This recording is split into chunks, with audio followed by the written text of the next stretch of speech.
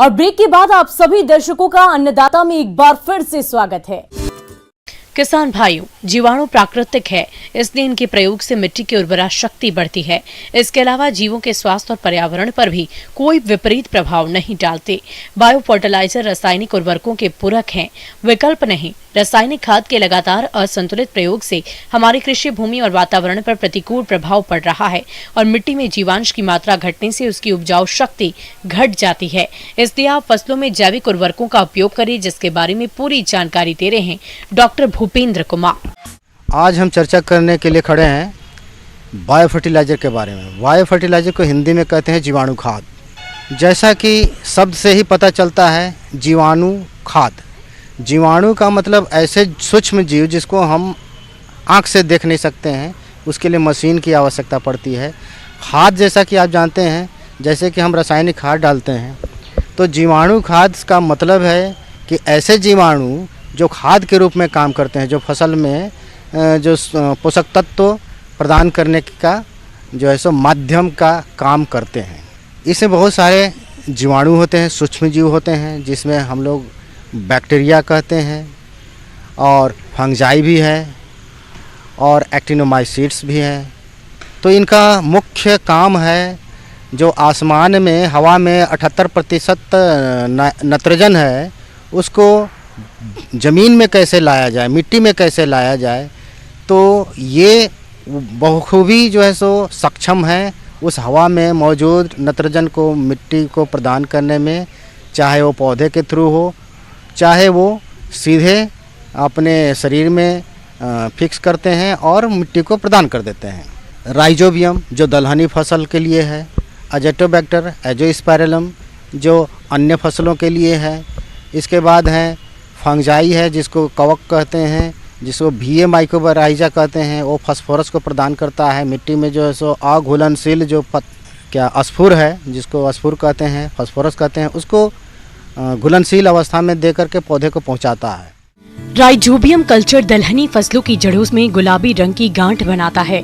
इन गांठों में ही राइजोबियम नामक जीवाणु रहता है, जो वायुमंडलीय नाइट्रोजन गैस को भूमि में स्थगित करता है, जिन्हें पौधों द्वारा आसानी से शोषित कर लिया जाता है। राइजोबियम कल्चर के प्रयोग से भूमि में लगभग 15 से 20 किलोग्राम प्रति हेक्टेयर नाइट्रोजन खाद का लाभ होता है। इसके अलावा उपज में लगभग 10% की वृद्धि होती है। इस कल्चर का प्रयोग मूंग, उड़द, अरहर, सोयाबीन, मटर, चना, मूंगफली, मसूर एवं बरसीम के फसल में करते हैं।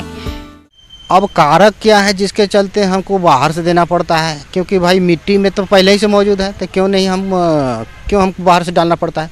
मिट्टी में मौजूद है, मगर इनकी संख्या कम हो सकती है, क्षमता कम हो सकती है। हमारी मिट्टी अम्लीय है, अम्लीय मिट्टी में जो है सो संख्या इनकी कम हो सकती है।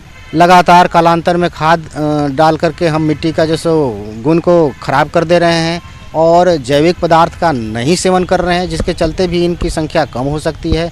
बहुत तापमान ज़्यादा, पानी जल जमाव और भी अन्य कारण हैं, जिसके चलते इनकी संख्या में कमी हो सकती है। कुछ पौधे ऐसे हैं जो उनका घर है, हम लगातार उस पौधे को ले ही नहीं रहे हैं, दूसरे पौधे को ले रहे हैं, तो उनका जो है सो उसमें संख्या कम हो सकता है। इसलिए जो है सो सही फसल चक्र भी अपनाना ज़रूरी होता है। सही फसल चक्र नहीं अपना रहे हैं तो उनकी संख्या कम हो सकती है। तो वो इन सभी कारणों के चलते इनकी संख्या कम हो जाती है, जिसके चलते हम बाहर से इनका जो प्रयोग करते हैं। एजोटोबैक्टर कल्चर या सूक्ष्म जीवाणु भी राइजोबियम जीवाणु की तरह ही वायुमंडलीय नाइट्रोजन को भूमि में स्थापित करता है। ये जीवाणु जड़ों में किसी प्रकार का गांठ नहीं बनाते हैं। ये जीवाणु मिट्टी में पौधों के जड़ क्षेत्र में स्वतंत्र रूप में पाए जाते हैं तथा नाइट्रोजन गैस के अमोनिया में परिवर्तित कर पौधों को उपलब्ध कराते हैं। इस जीवाणु खाद के प्रयोग में 10 से 20 किलोग्राम नाइट्रोजन प्रति हेक्टेयर की प्राप्ति होती है तथा अनाज वाली फसलों में 10 से 20% एवं सब्जियों में 10% तक की उपज में वृद्धि पाई गई है। इनके प्रयोग से जड़ों में होने वाली फफूंद रोग से भी बचाव होता है। इस कल्चर का प्रयोग गेहूँ, जौ, मक्का, बैगन, टमाटर, आलू एवं तिलहनी फसलों में करते हैं।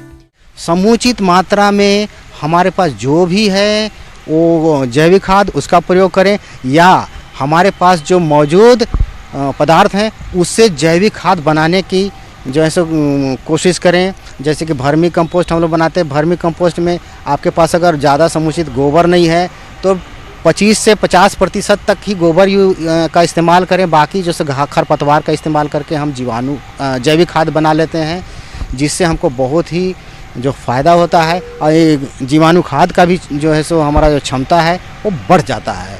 अब रही बात कि भाई कितना नाइट्रोजन, कितना जो है सो कितना खाद हमको मिलेगा इनसे, तो हम इनको सब्स्टिट्यूट कहते हैं। मतलब जो कुछ पार्ट जो है सो हम इसके थ्रू जो नाइट्रोजन या फास्फोरस जो भी है अवेलेबल करा सकते हैं, तो इसमें ये काम कर सकता है। हम रासायनिक खाद के साथ साथ जैविक खाद जैसे वर्मी कंपोस्ट, FIM डालते हैं, उसी तरह से हम जैसे जीवाणु खाद का भी प्रयोग करते हैं, ताकि जैसे कम से कम 20 से 25 kg तक नाइट्रोजन हमको दलहनी फसल में मिल जाए, तथा अन्य फसलों में भी यही करीब करीब रहता है, 20 से 30% जो है सो मिल जाए।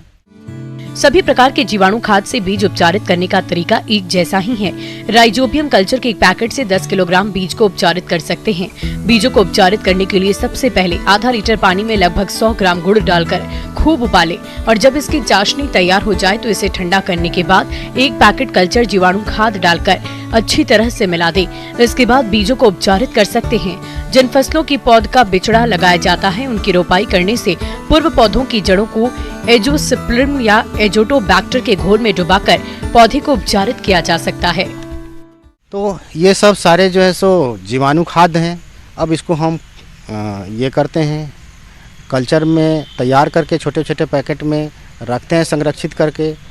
तो इनका प्रयोग करना जो है सो लाभकारी होता है, जिससे जो है सो ये रासायनिक खाद पर जो खर्च पड़ते हैं, खर्च जो पड़ रहे हैं उसको हम कम करते हैं। साथ ही साथ कि जो है सो मिट्टी पर जो कुप्रभाव पड़ता है खाली खाद रासायनिक खाद से, उससे भी बचते हैं, जिससे जब मिट्टी की जो हमारी जो धरोहर है, जो सो बहुत बेशकीमती धरोहर है, इसको भी बचाए रखने में ये जीवाणु खाद हमको बहुत मदद करता है।